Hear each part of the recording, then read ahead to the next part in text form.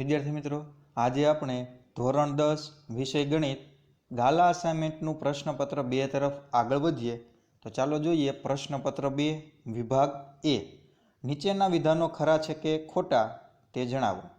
તો ચાલો જોઈએ પ્રશ્ન 1. 3a બહુપદી p ઓફ x બરાબર x નો વર્ગ માઇનસ 8x વત્તા 15 નું એક શૂન્ય છે. તો વિદ્યાર્થી મિત્રો, આ પ્રકારનો દાખલો આપણે અગાઉના પ્રશ્નપત્રમાં પણ જોયો હતો. તો આ દાખલાની અંદર આપણે શું કરવાનું છે?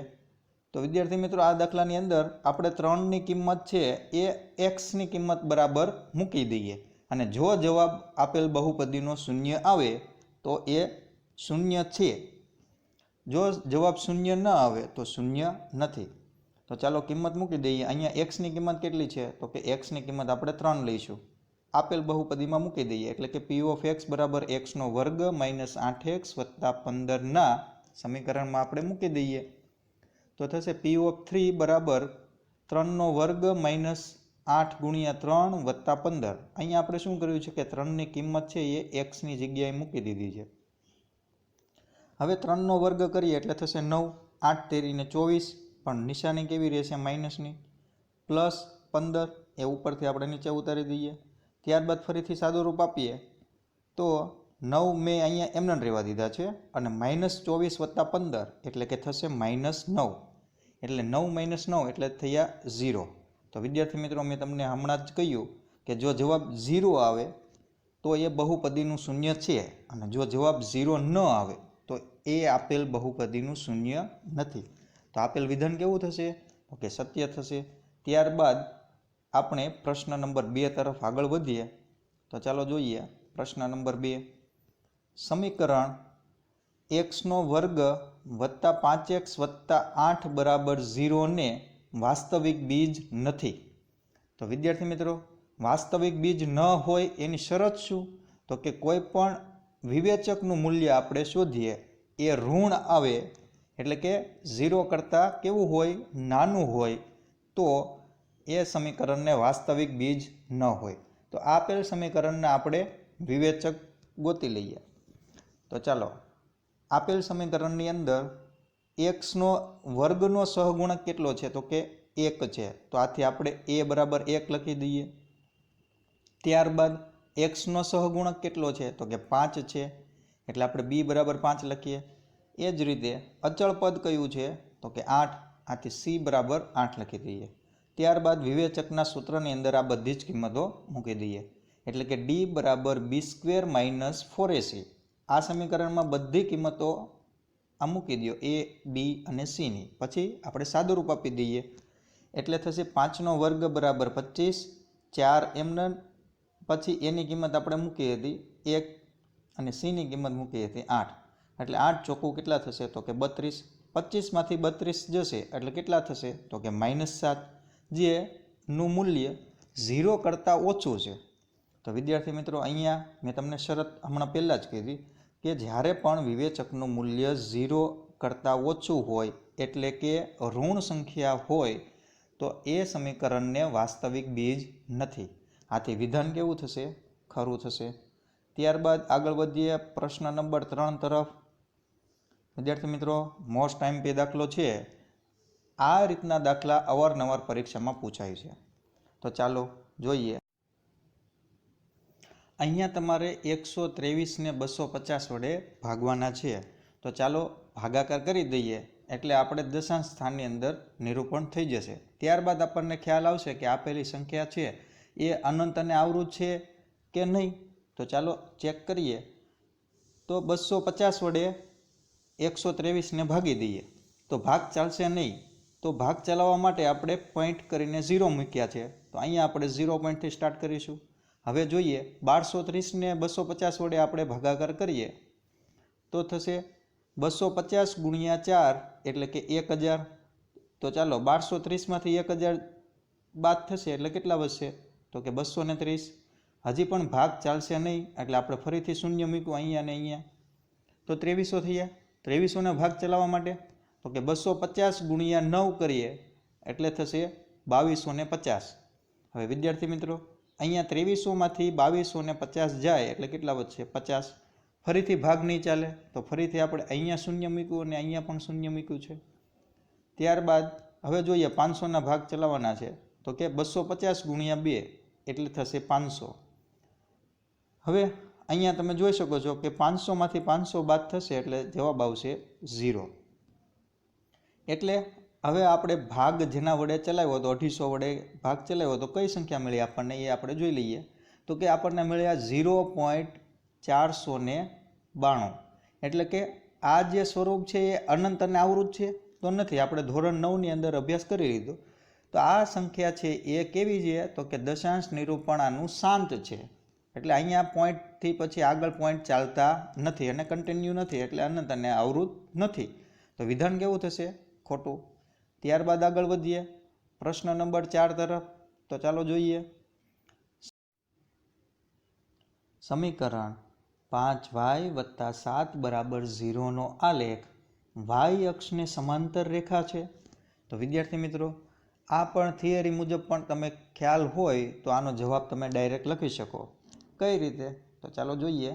તો કે 5y + 7 = 0 આ સમીકરણની અંદર ચલ કયો છે? તો કે ફક્ત y ચલ છે. તો એનો આલેખ આપણને x અક્ષને સમાંતર જ મળે. અને પ્રશ્નમાં શું કીધું છે કે y અક્ષને સમાંતર રેખા છે. આથી વિધાન કેવું થશે? ખોટું. એવી જ રીતે જ્યારે પણ આ સમીકરણની અંદર ચલ છે આપણને એક્સના સ્વરૂપમાં આપેલો હોય તો જ y અક્ષને સમાંતર રેખા થાય અને y ચલ આપેલો હોય તો આપણને x અક્ષને સમાંતર રેખા થાય. આ થિયરી જ છે. હવે કઈ રીતે છે તો ચાલો ચેક કરીએ. 5y + 7 = 0. હવે એ સમીકરણમાંથી આપણે yને સૂત્રનો કરતા બનાવી દઈએ એટલે 7ને બરાબરની સામેની સાઈડ મોકલીએ એટલે કેવા થશે તો કે -7. આથી આપણે લખીએ 5y = -7. ત્યારબાદ આગળ જોઈએ. yને કરતા બનાવો છે એટલે yનો સહગુણક કેટલો છે? એટલે કે yની સાથે ગુણાકારની અંદર 5 છે. બરાબરની સામેની સાઈડ જાય એટલે આ 5 બરાબરની સામેની સાઈડ જશે એટલે -7/5 જશે. આથી આપણને yની કિંમત મળી ગઈ -7/5. હવે વિદ્યાર્થી મિત્રો જેમ આગળના દાખલામાં કર્યું હતું એમ 7ને 5 વડે ભાગી દો. તો ચાલો 7ને 5 વડે ભાગી દઈએ તો થશે 5 × 5. 7માંથી 5 જાય એટલે 2 વધે. પછી ભાગ ચાલશે નહીં એટલે પછી તમારે પોઈન્ટ મૂકવો પડશે. પોઈન્ટ મૂકી દીધો એટલે પછી 0 મૂકવાનો. અહીંયા 0 ને અહીંયા 0 એટલે થશે 5 × 4 એટલે 20. 20માંથી 20 જાય એટલે 0. એટલે આપણને કિંમત મળી ગઈ yની કિંમત મળી આપણને -1.4. હવે વિદ્યાર્થી મિત્રો આ yની કિંમત છે એ આપણે આલેખ ઉપર દર્શાવીએ. તો આલેખ તો બધાને ખ્યાલ જ છે. આ બાજુ x, x બાર, y અને y બાર. આ જે છે એ તમારું ઉગમ બિંદુ છે એટલે કે x અક્ષ અને y અક્ષનું છેદ બિંદુ છે. આ બાજુ બધી સંખ્યાઓ ધન આવશે, આ બાજુ બધી સંખ્યાઓ ઋણ આવશે. એવી જ રીતે y અક્ષ પર બધી સંખ્યાઓ ધન આવશે અને y બાર અક્ષ ઉપર બધી સંખ્યાઓ ઋણ આવશે. હવે આપણને yની કિંમત ઋણમાં આપેલી છે તો y અક્ષ ઉપર ઋણ સંખ્યાઓ ક્યાં આવશે તો કે નીચેની સાઈડ આવશે. નીચેની સાઈડ એટલે કે y બાર અક્ષ ઉપર એની કિંમત આવશે. તો ચાલો દર્શાવી દઈએ y બરાબર -1.4.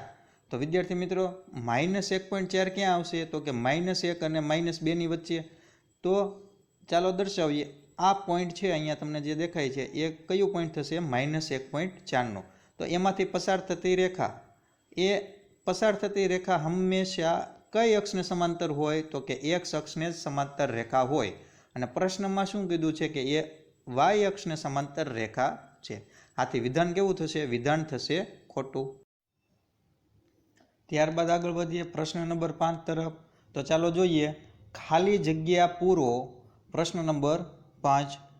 x અક્ષ, y અક્ષ અને રેખા xy બરાબર 8 દ્વારા બનતા ત્રિકોણનું ક્ષેત્રફળ ખાલી જગ્યા ચોરસ એકમ થાય. તો વિદ્યાર્થી મિત્રો અહીંયા આપણને x અક્ષ આપેલી છે એટલે કે આ અક્ષ જે છે એ x અક્ષ છે. ત્યારબાદ આપણને y અક્ષ આપેલી છે એટલે કે આ અક્ષ આપણી થશે y અક્ષ અને રેખા x + y બરાબર 8.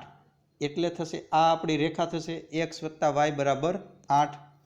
તો આના દ્વારા બનતા ત્રિકોણનું ક્ષેત્રફળ ખાલી જગ્યા ચોરસ એકમ થાય એ આપણે શોધવાનું છે. એટલે કે આપણે આ ત્રિકોણનું ક્ષેત્રફળ શોધવાનું છે.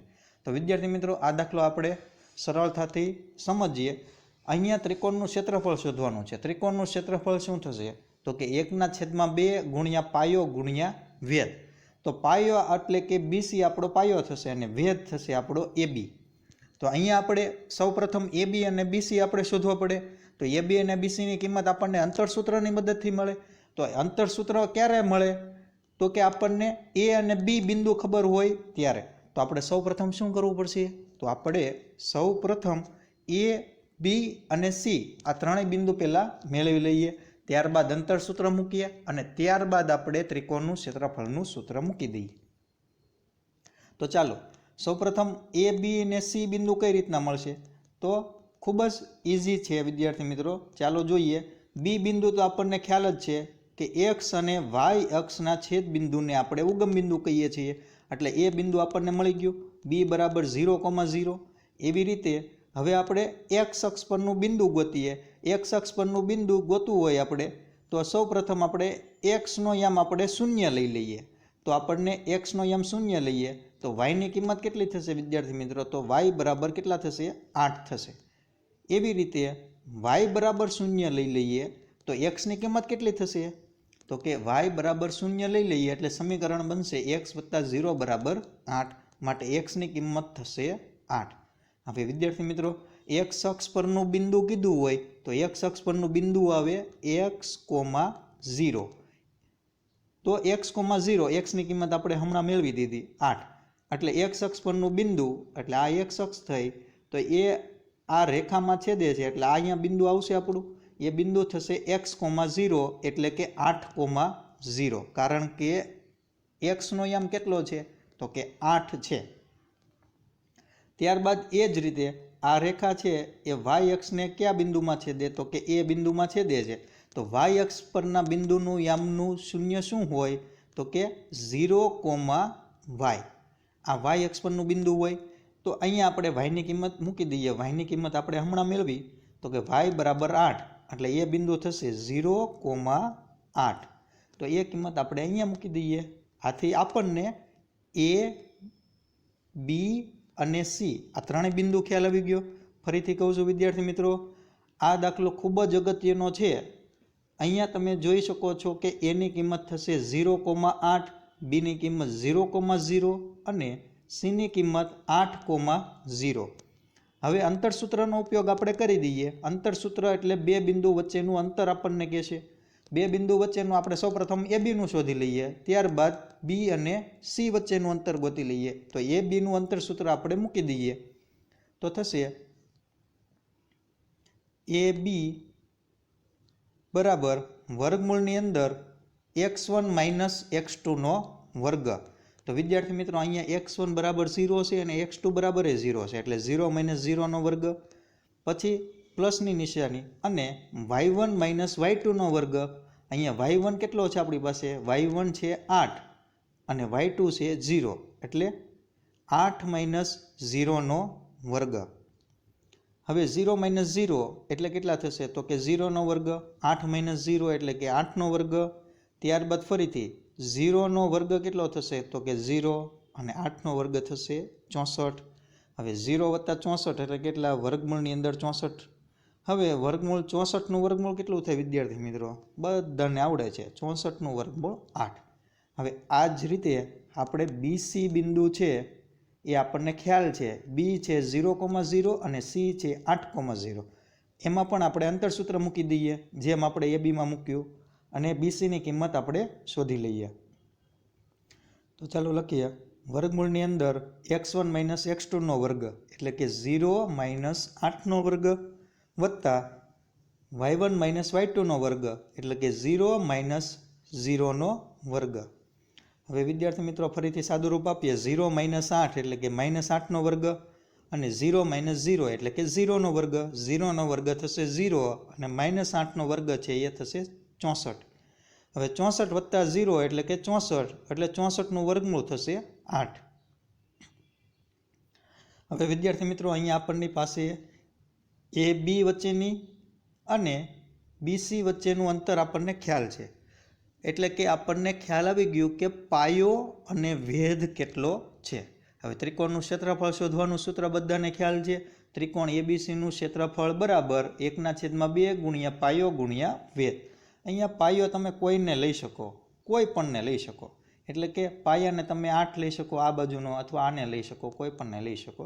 તો ચાલો લખીએ 1/2 ગુણ્યા પાયો કેટલો આપેલો છે, તો કે 8 આપેલો છે, અને વેધ કેટલો આપેલો છે એ પણ 8 આપેલો છે. તો વિદ્યાર્થી મિત્રો હવે આનું સાદુરૂપ આપી દઈએ આપણે, તો થશે 2 ગુણ્યા 4 એટલે 8, અને 4 ગુણ્યા 8 એટલે થશે 32. તો જવાબ આવશે 32 ચોરસ એકમ.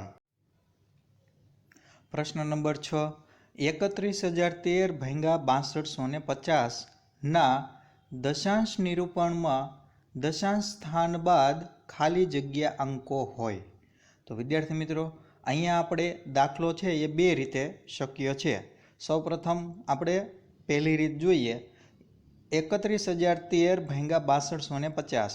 તો હું 31,013 એમને રહેવા દઈશ, છેદની અંદર 5 અને 2 એના ગુણાકારના સ્વરૂપમાં જ બધી રકમને હું ફેરવી દઈશ, એટલે કે 6250ના હું એવા બે ભાગ પાડીશ, એટલે કે એના જેટલા ભાગ પડતા હશે એટલા હું એવા ભાગ પાડીશ.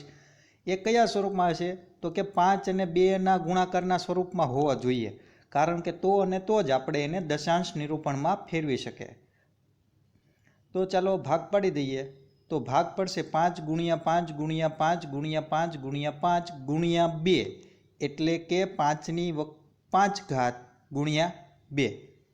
તો વિદ્યાર્થી મિત્રો હવે નિયમ છે કે જે ઘાત આ બંને સંખ્યાની અંદર મોટી હોય એ એનો આન્સર આવશે. તો અહીંયા આપણે જોઈ શકીએ છીએ કે 5ની 5 ઘાત છે અને 2ની 1 ઘાત છે. તો સૌથી ઘાત કોની મોટી છે, તો કે 5ની ઘાત મોટી છે. કેટલી છે, જેટલી હોય ઘાત એ આપણો જવાબ. તો મોટી ઘાત અહીંયા 5 છે, આથી જવાબ આવશે 5. હવે ત્યારબાદ જે વિદ્યાર્થીને આ રકમની અંદર અથવા તો આ પ્રશ્નમાં ખ્યાલ ન આવ્યો હોય કે આ કઈ રીતના દાખલો ગણ્યો છે, તો એ બીજા વિદ્યાર્થી મિત્રો આ રીતને ફોલો કરશે. તો ચાલો જોઈએ રીત નંબર આપણી બીજી. તો એ સિમ્પલ છે. તો કે 31,013ને આપણે 6250 વડે ભાગી દઈએ. 31,013ને 6250 વડે તમારે ભાગી દેવાના છે. એવું લાગે તો આનો તમે સ્ક્રીનશોટ પાડી લેજો. આ ભાગાકાર કરશો એટલે તમને આ કિંમત મળશે. તો આપણને પ્રશ્નમાં કીધું હતું કે કેટલા દશાંશ સ્થાન બાદ અંકો હોય. દશાંશ સ્થાન એટલે કે પોઈન્ટ પછીના કેટલા અંકો હોય. તો વિદ્યાર્થી મિત્રો અહીંયા આપણે ભાગાકાર કરી દીધો. થોડી લાંબી પ્રક્રિયા થશે, પરંતુ સહેલી હશે. તો અહીંયા તમને જોઈ શકો છો પોઈન્ટ પછી 1, 2, 3, 4 અને 5 ટોટલ કુલ કેટલી સંખ્યા છે, તો કે 5 સંખ્યા છે. એટલે જવાબ આવશે 5 અંકો દશાંશ સ્થાન બાદ હોય. ત્યારબાદ આગળ વધીએ પ્રશ્ન નંબર 7 તરફ. બિંદુ -5, -12નું ઉગમ બિંદુથી અંતર ખાલી જગ્યા એકમ હોય. વિદ્યાર્થી મિત્રો આ જ રીતનો દાખલો આપણે અગાઉના પ્રશ્નપત્રમાં પણ જોયો હતો. તો ચાલો ફરીથી જોઈએ. અહીંયા આપણને એક બિંદુ આપ્યું છે -5, -12, અને બીજું બિંદુ આપ્યું નથી પરંતુ કીધું છે. બીજું બિંદુ કયું થશે, તો આ કે ઉગમ બિંદુ. ઉગમ બિંદુના યામ શું હોય વિદ્યાર્થી મિત્રો, આજના પ્રશ્નપત્રમાં જ આપણે જોયું. તો ઉગમ બિંદુના યામ હોય 0,0. એ આપણું બીજું બિંદુ થશે. તો ચાલો લખીએ a બરાબર -5, -12 અને b બરાબર 0,0. તો ચાલો હવે ફરીથી અંતરસૂત્રનો ઉપયોગ કરી દઈએ. તો કે અંતરસૂત્રનો ઉપયોગ કઈ રીતના થશે, બે બિંદુઓ વચ્ચેના અંતર શોધવા માટે. ab નો વર્ગ બરાબર x1 - x2 આખા કૌંસનો વર્ગ વત્તા y1 - y2 આખા કૌંસનો વર્ગ. હવે બધી કિંમતો મૂકી દઈએ. x1ની કિંમત છે -5 અને x2ની કિંમત છે 0, એ આપણે અહીંયા મૂકી દઈએ. એવી જ રીતે y1ની કિંમત છે -12 અને y2ની કિંમત છે 0. આ બધી કિંમતો મૂકી દઈએ અને સાદું રૂપ આપીએ એટલે થશે -5નો વર્ગ અને 12નો વર્ગ આ બંનેનો સરવાળો થશે તો -5નો વર્ગ થશે 25 અને -12નો વર્ગ થશે 144. બંનેનો સરવાળો કરીએ તો બંનેનો સરવાળો કરીએ એટલે કે 25 + 144 માટે થશે 169. 169 એ કોનો વર્ગ છે વિદ્યાર્થી મિત્રો? તો કે 13નો વર્ગ છે. હવે બંને બાજુથી વર્ગને આપણે દૂર કરીએ એટલે જવાબ આવશે AB બરાબર 13. માટે તમારો આન્સર આવી ગયો છે 13 એકમ અંતર ઉગમ બિંદુથી હોય. ત્યારબાદ આગળ વધીએ પ્રશ્ન નંબર 8 તરફ. તો ચાલો જોઈએ. વિદ્યાર્થી મિત્રો ખૂબ જ સરળ દાખલો છે અને પરીક્ષામાં અવારનવાર પૂછાય છે, તો ધ્યાનથી જોજો. પ્રશ્ન નંબર 8, દ્વિઘાત સમીકરણ 4x² - 49 બરાબર 0 ના બીજ ખાલી જગ્યા છે. વિદ્યાર્થી મિત્રો અહીંયા આપણે બે બીજ શોધવાના છે. તો દ્વિઘાત સમીકરણ જ્યારે આપેલું હોય ત્યારે આપણે દ્વિજ કઈ રીતના ગોતીએ છીએ? તો ax² + bx + c બરાબર 0 ના સ્વરૂપમાં હોવું જોઈએ સમીકરણ. જો ન હોય તો એમાં ફેરવવું પડે, અથવા તમને બીજી કોઈ રીતે દાખલો આનો થઈ શકે હોય કે નિત્યસમનો ઉપયોગ થતો હોય એ રીતનો તમારે વિચારવાનું અને ત્યારબાદ તમારે દાખલાની શરૂઆત કરવાની. તો વિદ્યાર્થી મિત્રો અહીંયા દ્વિઘાત સમીકરણ છે, અહીંયા x વાળું પદ આપણને આપેલું નથી, પરંતુ તમે પહેલી જ નજરમાં જોઈ શકો છો કે અહીંયા તમે 4x² છે અને અહીંયા 49 છે. તો બંને છે વર્ગના સ્વરૂપમાં મારે લખવું હોય તો હું લખી શકું? તો કે હા. તો ચાલો લખીએ. 4x² છે એને મારે વર્ગના સ્વરૂપમાં લખવું હોય તો થશે 2x². એવી જ રીતે 49ને લખવું હોય તો થશે 7². વિદ્યાર્થી મિત્રો શા માટે આપણે આવું કર્યું? મેં તમને હજુ હમણાં જ કીધું કે આપણે નિત્યસમ જાણતા હોઈએ તો નિત્યસમની રીતથી પણ આપણે દાખલો ગણી શકીએ. તો ચાલો આગળ વધીએ. તો થશે x² - y². તો વિદ્યાર્થી મિત્રો આ નિત્યસમ આપણે ધોરણ 9માં પણ ભણી ગયા અને અત્યારે પણ ભણીએ છીએ. x² - y² એટલે શું થશે? તો કે x - y અને x + y આ બંનેનો ગુણાકાર થશે. તો ચાલો લખીએ 2x - 7 અને બીજા કૌંસની અંદર 2x + 7 બરાબર 0. હવે ફરીથી આગળ સાદુરૂપ આપીએ તો થશે 2x - 7 બરાબર 0 અને 2x + 7 બરાબર 0. તો ફરીથી આગળ સાદુરૂપ આપીએ એટલે કે xને આપણે કરતા બનીશું. તો 2x બરાબર -7 છે, પહેલી સાઈડ જશે બરાબરની તો કેવા થશે? તો કે +7. અને ફરીથી આપણે xને કરતા બનાવી દઈએ એટલે x સાથે 2 છે એ ગુણાકારમાં છે, તો બરાબરની સામેની સાઈડ જશે તો ભાગાકારમાં જશે, એટલે xની કિંમત આપણને મળશે 7/2.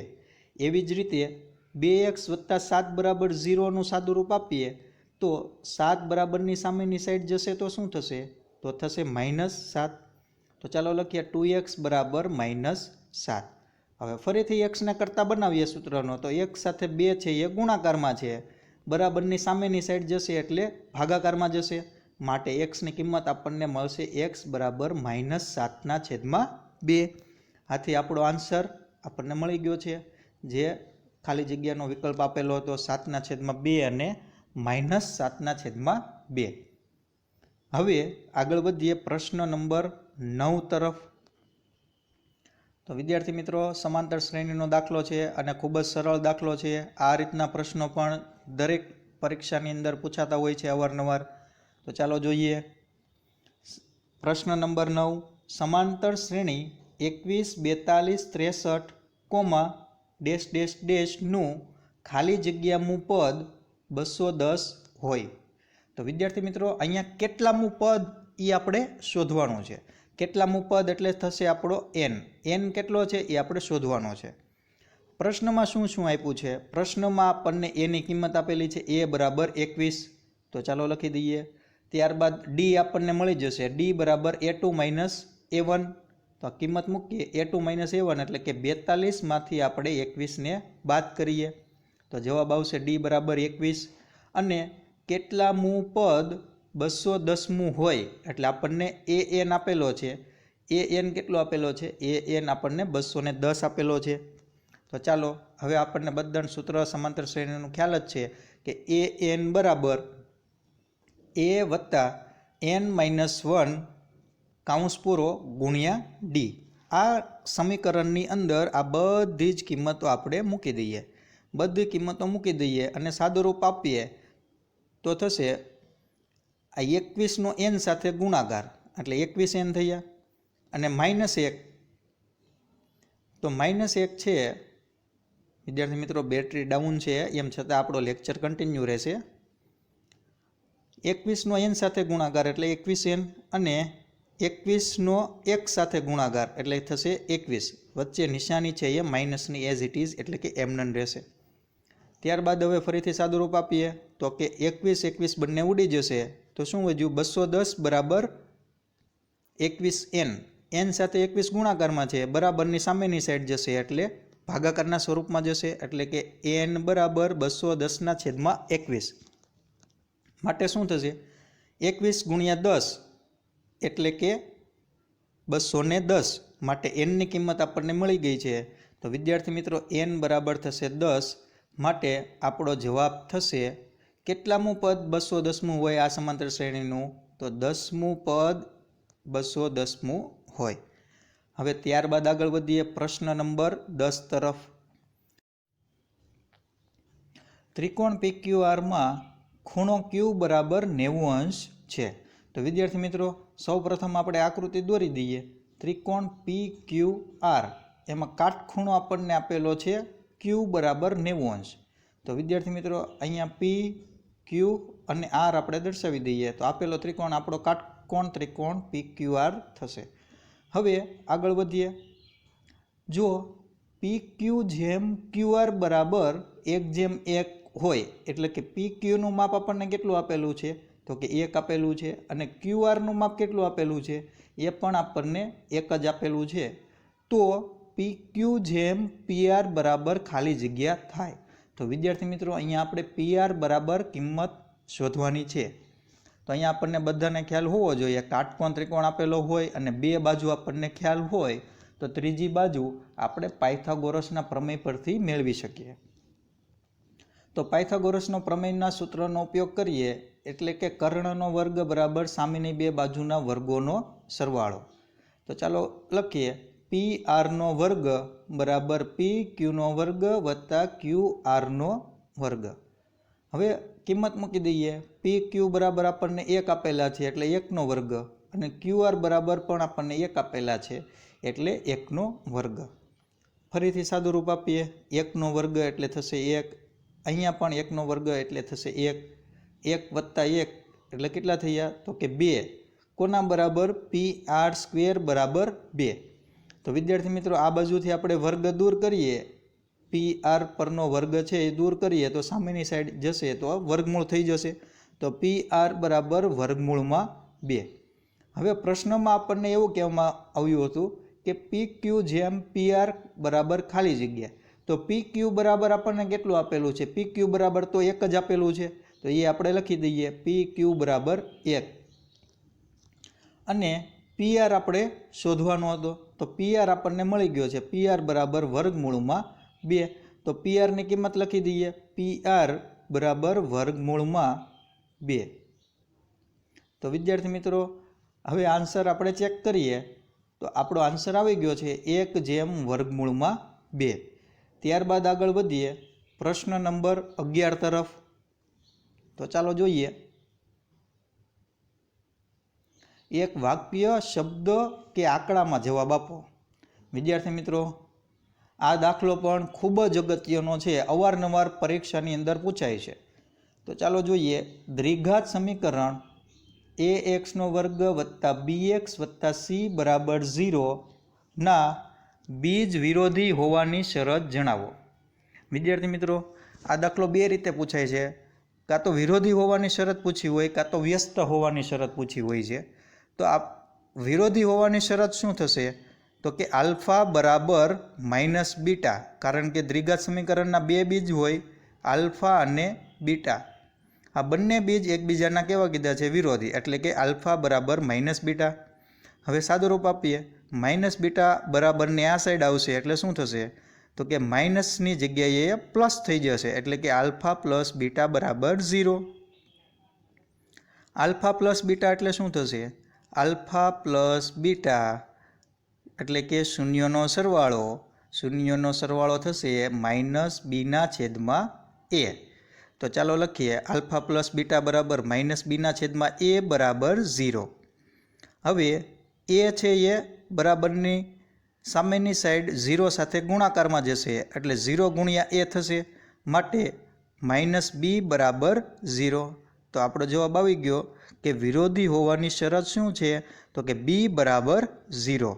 વિદ્યાર્થી મિત્રો, આની અંદર તમને ફેરવીને પૂછી શકે રકમ બદલાવીને કે દ્વિઘાત સમીકરણના બીજ પરસ્પર વ્યસ્ત હોય એની શરત શું? તો તમારે પ્રશ્નનું સાદું રૂપ આપવું પડશે આવી રીતે. તો કે પહેલાં તો રકમ કઈ રીતના બનશે? આલ્ફા બરાબર 1/β. પછી તમે સાદું રૂપ આપશો એટલે થશે આલ્ફા ઇન્ટુ બીટા બરાબર 1. આલ્ફા ઇન્ટુ બીટા એટલે શું થશે? તો કે સીના છેદમાં એ બરાબર 1, માટે સી બરાબર એ. આ રીતનો પ્રશ્ન પણ વારંવાર પરીક્ષામાં પૂછાય છે. ત્યારબાદ આગળ વધીએ પ્રશ્ન નંબર 12 તરફ. તો ચાલો જોઈએ. એક સમાંતર શ્રેણીનો સામાન્ય તફાવત 5/2 છે. વિદ્યાર્થી મિત્રો, અહીંયા સામાન્ય તફાવત એટલે કે આપણને ડી આપેલો છે. ત્યારબાદ આ શ્રેણીનું 15મું પદ તેના 5મા પદ કરતાં કેટલું વધારે છે એ આપણે શોધવાનું છે. તો વિદ્યાર્થી મિત્રો, અહીંયા એક સરસ મજાનું નાનું સૂત્ર છે એ આપણે યાદ રાખવાનું છે કે કોઈ પણ સમાંતર શ્રેણી માટે ડી બરાબર am માઇનસ an છેદમાં m માઇનસ n. તો આ સૂત્રની અંદર કિંમત આપણે મૂકી દઈએ તો અહીંયા આપણને સામાન્ય તફાવત એટલે કે ડી આપેલો છે, ડી બરાબર 5/2. am માઇનસ an એ આપણે શોધવાનું છે કે કેટલામું પદ એ વધારે હોય, કેટલું વધારે હોય, 15મું પદ 5મા પદ કરતાં કેટલું વધારે હોય એ આપણે શોધવાનું છે. હવે એમ અને એનની કિંમત આપણને પ્રશ્નમાં આપેલી છે. એમ બરાબર 15 છે અને એન બરાબર 5. તો કિંમત મૂકી દઈએ એમ અને એનની 15 - 5. હવે ફરીથી સાદું રૂપ આપીએ તો 15માંથી 5 જાય તો વધશે 10. હવે આગળ જોઈએ. 10 છે એ બરાબરની સામેની સાઈડ જશે અને ઉપરની સાઈડ એટલે કે અંશમાં એટલે ગુણાકારમાં જશે, એટલે કે અહીંયાથી અહીંયા જશે એટલે 10 ગુણ્યા 5 છેદમાં 2 બરાબર am માઇનસ an. વિદ્યાર્થી મિત્રો, અહીંયા am એટલે કે A15 માઇનસ A10. હવે ફરીથી આપણે દાખલો આગળ વધીએ. 5 ગુણ્યા 10 એટલે કે થશે 50 છેદમાં 2. 50/2 એટલે તમારે અહીંયા A15 માઇનસ A10 બરાબર કેટલો મળશે? 25. આથી આપણો આન્સર આવશે 25. હવે આગળ વધીએ પ્રશ્ન નંબર 13 તરફ. મોસ્ટ આઈએમપી દાખલો છે વિદ્યાર્થી મિત્રો. ત્રિકોણ PQR અને ત્રિકોણ XYZ માં PQ બાય XY બરાબર QR બાય YZ બરાબર PR બાય XZ બરાબર 2/5 એટલે કે 2/5 આવું આપેલું છે. તો PQR જેમ XYZ શોધો. વિદ્યાર્થી મિત્રો, અહીંયા પ્રમેયનું વિધાન તમને ખ્યાલ હોય ને ખાલી તો તમે જવાબ સવાલ જોઈને જવાબ તમે એક વાક્ય કે આંકડામાં કે શબ્દમાં તમે ડાયરેક્ટ લખી શકો. તો ચાલો જોઈએ. સૂત્ર છે આપણી પાસે PQR છેદમાં XYZ બરાબર PQના છેદમાં XY આખા કૌંસનો વર્ગ બરાબર QR છેદમાં YZ આખાનો વર્ગ બરાબર PR છેદમાં XZ આખાનો વર્ગ બરાબર શું થવું જોઈએ? તો થશે 2/5 આખાનો વર્ગ. હવે ફરીથી એનું સાદું રૂપ આપી દઈએ. 2નો વર્ગ થશે 4 અને 5નો વર્ગ 25. હવે ગુણોત્તર અહીં આપેલો છે અને આપણને જવાબ માંગ્યો છે જેમના પ્રમાણમાં. તો જેમના પ્રમાણમાં આપણે ફેરવી દઈએ એટલે થશે 4/25. તો વિદ્યાર્થી મિત્રો છે ને સિમ્પલ. હવે આગળ વધીએ પ્રશ્ન નંબર 14 તરફ. જો sin A બરાબર 1/2 હોય તો cot A ની કિંમત કેટલી હોય? તો તો વિદ્યાર્થી મિત્રો, અહીંયા તમને ત્રિકોણમિતીય ગુણોત્તર આવડતો હોય તો તમને આ દાખલો સાવ ઇઝી થઈ જશે. અહીંયા બે બાજુ તમને આપેલી છે પ્રશ્નમાં જ, એના ઉપરથી તમારે ત્રીજી બાજુ શોધી લેવાની અને કોટનું સૂત્ર તમને ખ્યાલ હોય એટલે ડાયરેક્ટ તમારે કિંમત મૂકી દો એટલે જવાબ આવી જશે. ચાલો જોઈએ વિસ્તૃતમાં. તો અહીંયા આપણને સાઇન એ આપેલો છે. સાઇન એ એટલે શું થાય? સામેની બાજુ છેદમાં કર્ણ.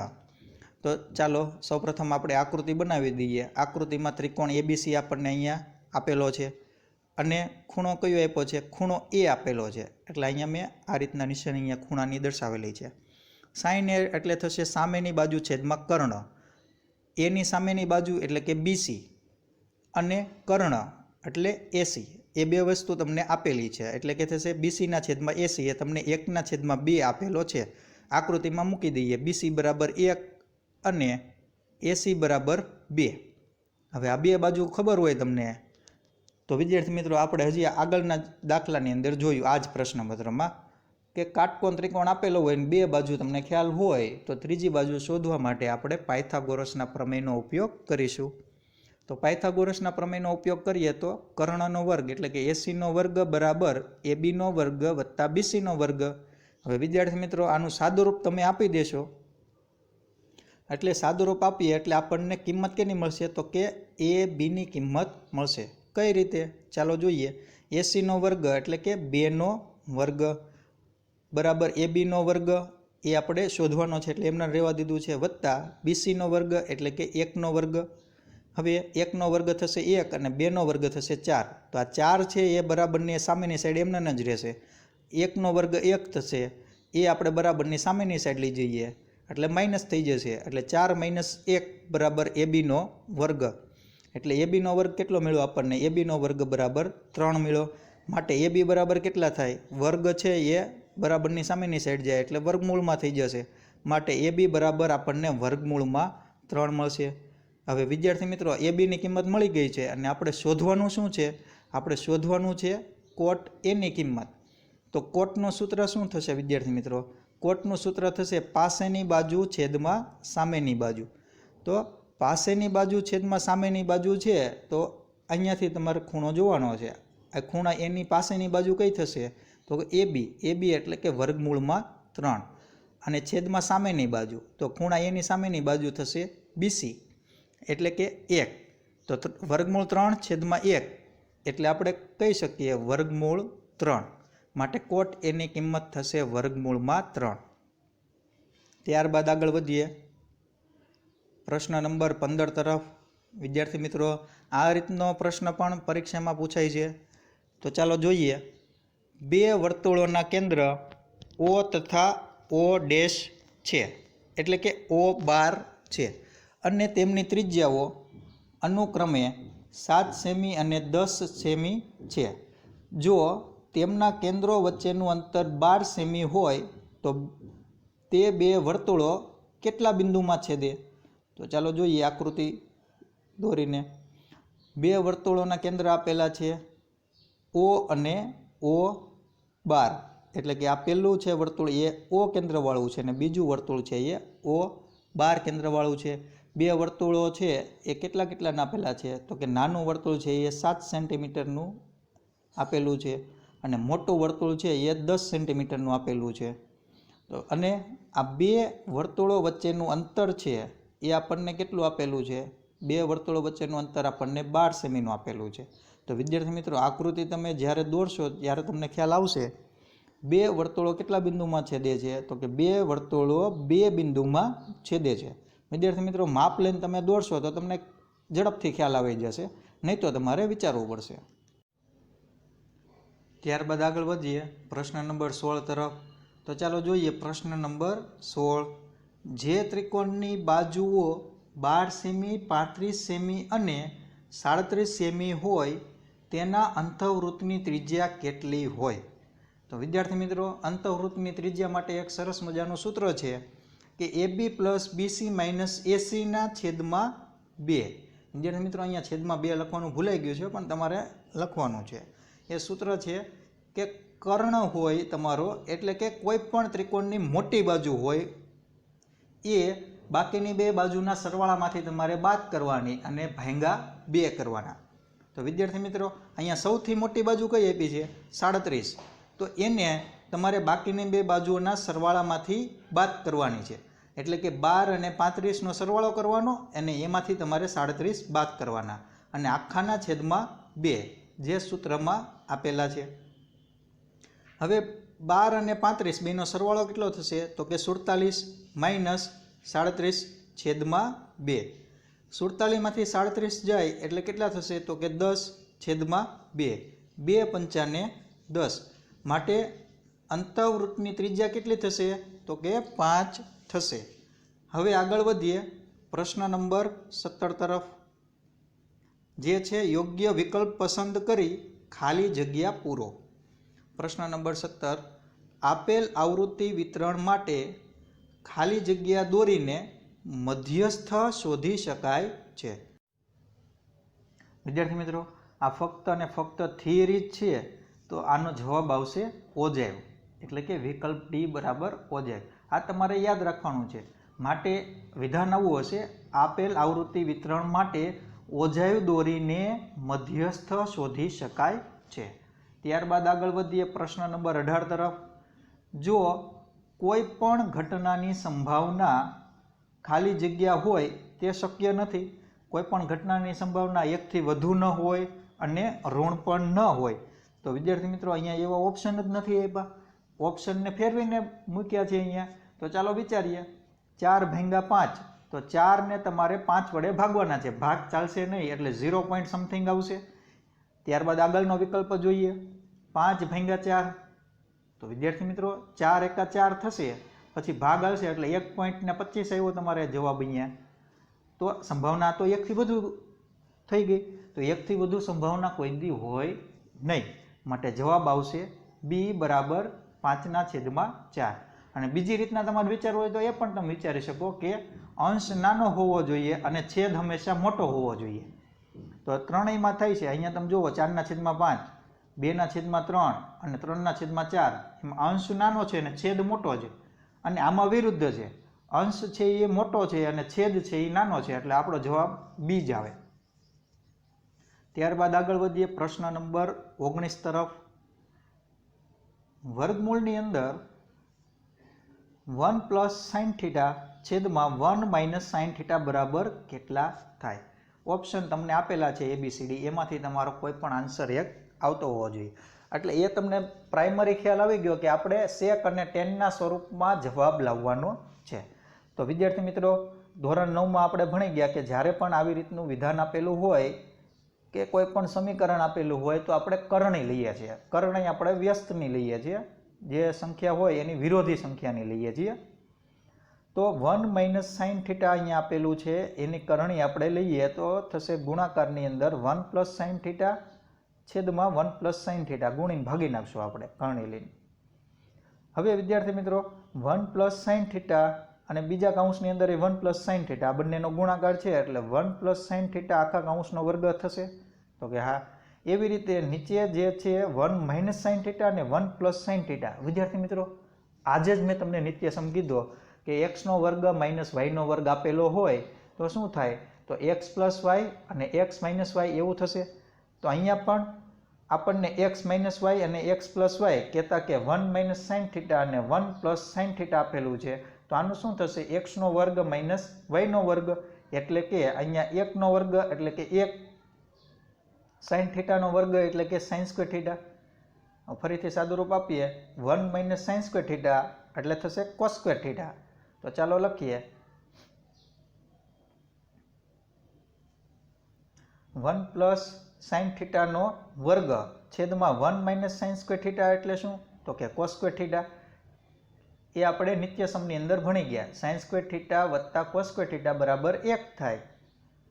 માટે sin² છે એ આપણે બરાબરની સામેની સાઈડ લઈ જઈએ એટલે એ માઇનસ થશે, માટે cos² બરાબર 1 - sin²θ.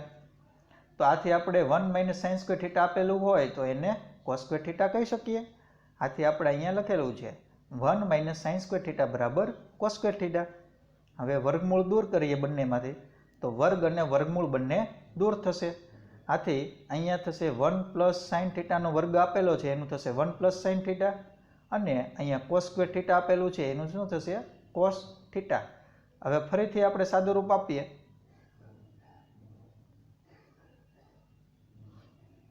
તો 1 પ્લસ સાઇન થીટાના છેદમાં કોસ થીટા આપેલું છે તો આપણે એને છૂટું પાડી દઈએ એટલે 1ના છેદમાં કોસ થીટા વત્તા સાઇન થીટાના છેદમાં કોસ થીટા. હવે ફરીથી સાદું રૂપ તમે આપો છો વિદ્યાર્થી મિત્રો 1 એના છેદની અંદર એટલે કે 1ના છેદની અંદર કોસ થીટા આપેલું છે એટલે 1 કોસ થીટા એટલે કે થશે સેક થીટા.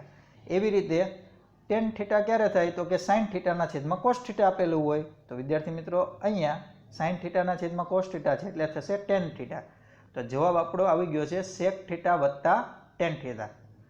ચાલો પ્રશ્નમાં જોઈ લઈએ એ આન્સર આપણો છે કે નહીં સેક થીટા વત્તા ટેન થીટા તો કે હા આપણો ઓપ્શન નંબર એ જ આપણને આપેલો છે. ત્યારબાદ પ્રશ્ન નંબર 20 તરફ આગળ વધીએ.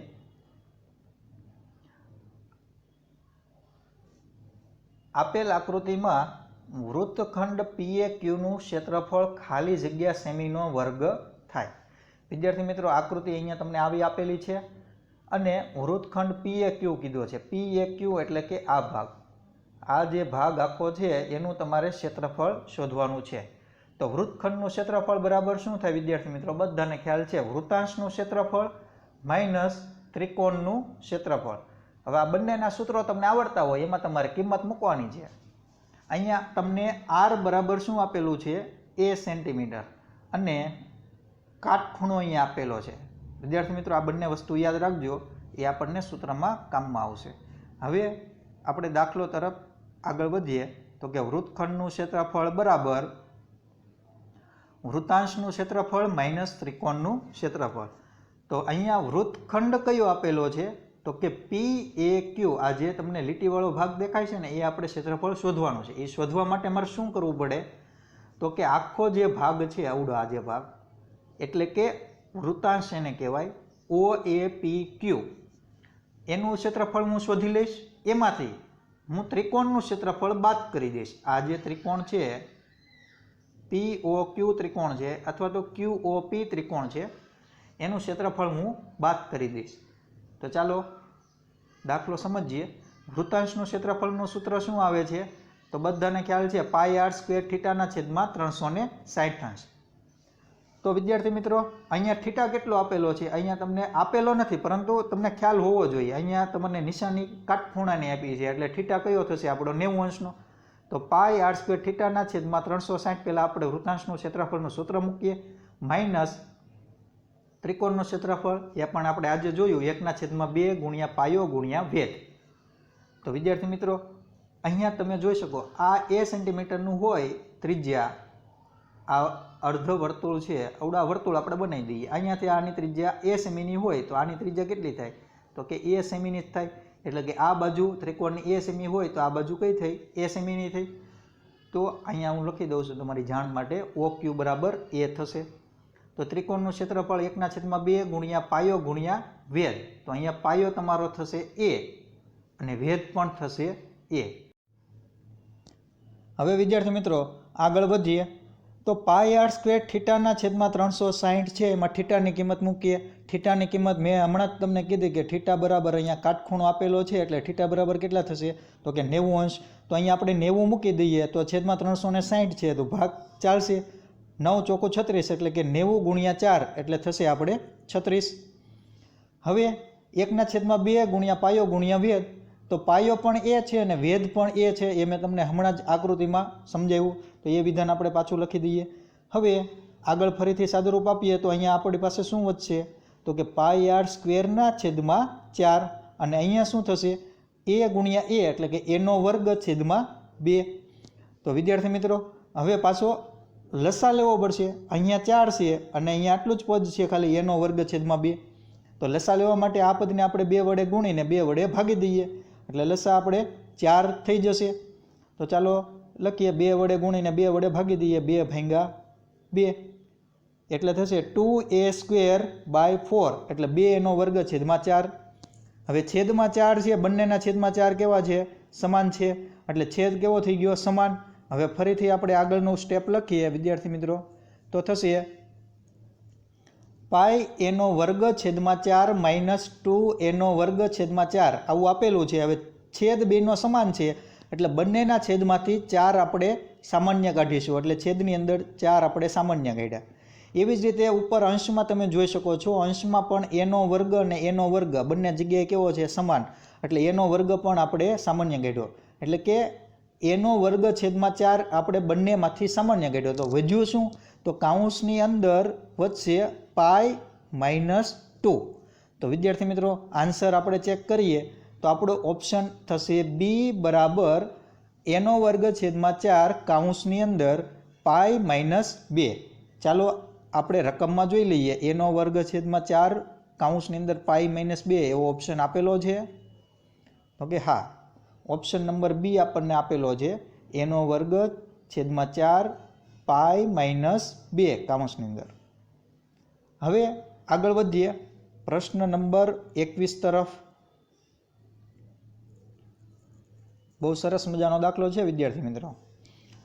3 સેમી, 4 સેમી અને 5 સેમી ત્રિજ્યાવાળા ધાતુના 3 ગોલક ઓગાળીને એક મોટો ગોલક બનાવવામાં આવે તો તે ગોલકની ત્રિજ્યા ખાલી જગ્યા સેન્ટીમીટર થાય.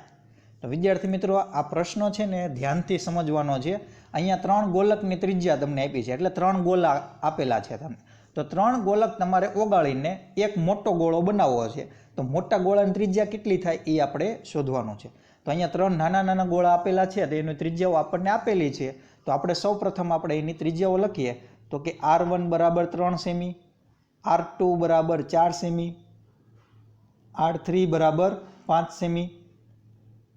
અને મોટો ગોળો છે એની ત્રિજ્યા આપણે શોધવાની છે, એટલે કેપિટલ R આપણે શોધવાનો છે. તો વિદ્યાર્થી મિત્રો અહીંયા સૂત્ર કયું મૂકવું? તો કે અહીંયા ગોલકનું સૂત્ર આપણે મૂકવાનું છે. મોટો ગોળો છે એ આપણે એની ત્રિજ્યા શોધવાની હોય, અહીંયા ગોલકનું ઘનફળ થશે. તો ગોલકનું ઘનફળ શું થશે વિદ્યાર્થી મિત્રો? 4/3 પાઈ આરનો ઘન. તો અહીંયા કેપિટલ R આપણે લઈશું, કારણ કે મોટાનો ઘન છે એ આપણે 3 ગોળાને ઓગાળીને બનાવીએ છીએ, એટલે 3 ગોળાનો સરવાળો સામેની બાજુ આવશે. તો બરાબર 4/3 પાઈ R1નો ઘન, એટલે અહીંયા નાના ગોળાની ત્રિજ્યા આપણને આપેલી છે. એવી રીતના બીજા નાના ગોળાની ત્રિજ્યા આપેલી અને ત્રીજા નાના ગોળાની. તો ત્રણેય માટે સૂત્ર આપણે મૂકીએ. 4/3 પાઈ R2નો ઘન, 4/3 પાઈ R3નો ઘન. હવે વિદ્યાર્થી મિત્રો અહીંયા તમે જોઈ શકો છો કે આ સૂત્રમાંથી 4/3 પાઈ એ સામાન્ય નીકળશે. એવી જ રીતે આ ત્રણેયમાંથી પણ સામાન્ય આપણે કાઢી દઈએ તો સામે બંને પદો કેવા થશે? બંને પદો 4/3 પાઈ 4/3 પાઈ એ બંને ઉડી જશે. તો વધ્યું શું આપણી પાસે? તો આપણી પાસે ફક્ત આરનો ઘન બરાબર R1નો ઘન વત્તા R2નો ઘન વત્તા R3નો ઘન એ આપણી પાસે વધ્યું. તો હવે R1 બરાબર આપણને 3 આપેલા છે, તો 3નો ઘન. એવી રીતના R2 બરાબર 4 આપેલા છે એટલે 4નો ઘન, અને R3 બરાબર 5 આપેલા છે એટલે 5નો ઘન. હવે આપણે આગળ સાદુરૂપ આપી દઈએ, બધાના ઘન આપણે મૂકી દઈએ. તો આપણને ખ્યાલ છે 3નો ઘન કેટલો થાય? તો કે 27. એવી રીતે 4નો ઘન કેટલો થાય? તો કે 64. અને 5નો ઘન કેટલો થાય? તો કે 125. હવે આ ત્રણેયનો સરવાળો કરીએ એટલે થશે 216. તો વિદ્યાર્થી મિત્રો અહીંયા તમને ઘન ખ્યાલ હોવો જોઈએ. 6નો ઘન કેટલો થાય? 216. તો અહીંયા આપણે લખીએ 6નો ઘન બરાબર R નો ઘન. બંને બાજુથી ઘન દૂર થશે એટલે આરની કિંમત મળશે R બરાબર 6 સેમી. ઓપ્શનમાં ચેક કરીએ કયો ઓપ્શન આવે છે. તો વિદ્યાર્થી મિત્રો અહીંયા ઓપ્શન સી બરાબર 6 થશે. વિદ્યાર્થી મિત્રો દાખલો તમારે એક પણ દાખલો ગોખવાનો નથી, સૂત્ર યાદ રાખવાના છે અને રીત યાદ રાખવાની છે. તો ગમે એવો દાખલો પરીક્ષામાં પૂછાય તમને આવડશે. ત્યારબાદ આગળનો દાખલો પ્રશ્ન નંબર 22. R ત્રિજ્યાવાળા અર્ધગોલકમાંથી. તો વિદ્યાર્થી મિત્રો અહીંયા તમને આકૃતિ મગજમાં ખ્યાલ આવી જોઈએ કે R ત્રિજ્યાવાળો અર્ધગોલક આપેલો છે, એટલે કે આવો અર્ધગોલક અહીંયા તમને આપેલો છે. એમાંથી કોતરીને બનાવેલ શંકુ હોય, એટલે એમાંથી આપણે શંકુ કોતરવાનો છે. તો આ શંકુ આપણે બનાવી દીધો. ચાલો આ શંકુ, તો એનું મહત્તમ ઘનફળ કેટલું થાય એ આપણે શોધવાનું છે. તો વિદ્યાર્થી મિત્રો અહીંયા તમે આકૃતિ પહેલાં બનાવશો ને તો તમને ખ્યાલ આવશે કે શું થશે. તો તો વિદ્યાર્થી મિત્રો અર્ધગોલક હોય, આ અર્ધગોલક પહેલાં આકૃતિ બનાવી દઉં તમને. આ અર્ધગોલક છે તો અહીંયાથી એટલે એની શું હોય? ત્રિજ્યા હોય. તો અહીંયાથી પણ એટલે એની શું થશે? ત્રિજ્યા થશે. તો આ અર્ધગોલકની ત્રિજ્યા કહેવાય. પરંતુ અહીંયા તમે જોઈ શકો છો, મેં તમને આકૃતિ બનાવવાનું શા માટે કીધું? અર્ધગોલકમાંથી આપણે શંકુ કોતરવાનો છે. તો આ શંકુ કોતરો છે, તો શંકુ માટે આવડી આ ઊંચાઈ થાય, પરંતુ અર્ધગોલક માટે આવડી આ ત્રિજ્યા થાય. તો અહીંયા આર બરાબર એચ આપણે કહી શકીએ. તો ચાલો લખીએ, અર્ધગોલકની ત્રિજ્યા બરાબર શંકુની ઊંચાઈ, માટે આર બરાબર એચ. જો વિદ્યાર્થી મિત્રો આ ખ્યાલ ન હોય તો તમારા દાખલાનો જવાબ જ નહીં આવે. એટલે તમારે આકૃતિ તમારે સમજવાની છે, ગોખવાની નથી. હવે શંકુનું ઘનફળનું આપણે સૂત્ર મૂકી દઈએ. શંકુનું ઘનફળનું સૂત્ર આવે 1/3 પાઈ આરનો વર્ગ એચ. તો વિદ્યાર્થી મિત્રો અહીંયા તમે એચની જગ્યાએ શું મૂકશો? તો આપણે હમણાં જોયું એચ બરાબર થશે આર. તો એચની જગ્યાએ આર મૂકી દઈએ. હવે ફરીથી આપણે જોઈએ તો 1/3 એમને રહેશે, પાઈ પણ એમને રહેશે. અહીંયા આરનો વર્ગ ગુણ્યા આર એટલે થશે આરનો ઘન. તો વિદ્યાર્થી મિત્રો ચાલો ઓપ્શનની અંદર આપણે ચેક કરીએ કે આપણો જવાબ છે એ 1/3 પાઈ આરનો ઘન ક્યાં આપેલો છે. તો જોઈએ તો વિદ્યાર્થી મિત્રો ઓપ્શન નંબર ડી આપેલો છે 1/3 પાઈ આરનો ઘન. હવે તમને અહીંયા ઓપ્શન છે એમાં પાઈ 1/3 પાઈ એચનો ઘન આપેલો હોય તો તમારે અહીંયા આર બરાબર એચ મૂકવાના, તો તમારે એચના સ્વરૂપમાં ફેરવાય. અને અહીંયા આરના સ્વરૂપમાં કીધો છે એટલે એચ બરાબર આર મૂકવાના. ત્યારબાદ આગળ વધીએ પ્રશ્ન નંબર 23 તરફ. તો 23 શરૂ થાય એ બંને પ્રશ્નો છે 23 અને 24 એ છે જોડકા જોડો. તો વિદ્યાર્થી મિત્રો અહીંયા પણ શ્રેણીનો દાખલો છે, આજે આપણે જોયો એ રીતનો દાખલો છે, હાવ સિમ્પલ દાખલો છે. ચાલો જોઈએ પ્રશ્ન નંબર 23. સમાંતર શ્રેણી 50,47,44નું કેટલામું પદ અહીંયા આપણને આપેલું છે કે 20મું પદ એ આપણે શોધવાનું છે. એનું 20મું પદ એટલે કે આપણે એ 20 ગોતવાનો છે. તો સૌ પ્રથમ આપણે અહીંયા પ્રશ્નમાં એ કેટલો આપેલો છે? તો કે એ 50 આપેલો છે. ડી કેટલો છે? તો એ આપણે શોધવો પડે. તો કે ડી બરાબર A2 - A1 એટલે કે 47 - 50 એટલે ડી બરાબર થશે -3. હવે સૂત્ર આપણને સમાંતર શ્રેણીનું બધાને આવડે છે. પદ શોધવાનું કીધું હોય એટલે A20 બરાબર A + 19D. શા માટે? અહીંયા A+n-1D તમે મૂકો. એનની કિંમત કેટલી છે? એનની કિંમત અહીંયા 20 આપેલી છે. તો 20 - 1 એટલે અહીંયા 19. અહીંયા મેં ડાયરેક્ટ લખ્યું છે, પણ તમે સૂત્ર મૂકીને કરશો તો તમારે અવડા સમીકરણ આવશે. હવે એની કિંમત એમાં મૂકીએ અને ડીની કિંમત મૂકીએ. એની કિંમત 50 મૂકી દઈએ અને ડીની કિંમત આપણે અહીંયા શોધી છે એ મૂકીએ -3. હવે સાદુરૂપ આપીએ તો 50 ના 50 એમને રહેશે અને 19 તેરી 57 થશે. પણ કેવા? પ્લસ માઇનસ એટલે કે માઇનસ. તો 50માંથી 57 જાય તો કેટલા વધે? તો કે -7. હવે ઓપ્શન ચેક કરીએ, કયો ઓપ્શન આવે છે? તો ઓપ્શન એ બરાબર -7. હવે આગળ વધીએ પ્રશ્ન નંબર 24 તરફ. એ પણ જોડકું જ છે. તો ચાલો જોઈએ. જો કોઈ આવૃત્તિ વિતરણ માટે m બરાબર 24 એટલે કે આપણને મધ્યસ્થ આપેલો છે અને x બરાબર 22 એટલે કે મધ્યસ્થ આપેલો છે હોય તો z બરાબર ખાલી જગ્યા, z એટલે કે બહુલક. વિદ્યાર્થી મિત્રો આ સૂત્ર મેં તમને યાદ રાખવાનું કીધું હતું આગલા પ્રશ્નપત્રમાં. z બરાબર 3m - 2x બાર. આના ઉપરથી એક દાખલો પરીક્ષામાં અવારનવાર પૂછાય જ છે. તો આ સૂત્ર તમારે એક યાદ રાખવાનું છે. સૂત્રમાં તમારે z, m અને x એ શું કહેવાય એ તમને ખ્યાલ હોય તો તમે એને ઉલટ સુલટ કરો અને તમને કોઈ પણ કિંમત આપેલી હોય, ધારો કે આમાં m ગોતવાનો હોય ને z આપેલો હોય તો તમારે સૂત્રને ઉલટ સુલટ કરવાની. z ને આ બાજુ લઈ આવવાનો, m ને આ બાજુ લઈ આવવાનો એ પદને, એટલે તમારો જવાબ આવી જશે. પરંતુ અહીંયા આપણને z જ શોધવાનો કીધો છે એટલે આપણે z એટલે બહુલક એ આપણે શોધી લઈએ. તો આ સૂત્ર મેં તમને યાદ રાખવાનું કીધું હતું. z બરાબર 3m - 2x બાર. m બરાબર કેટલા છે?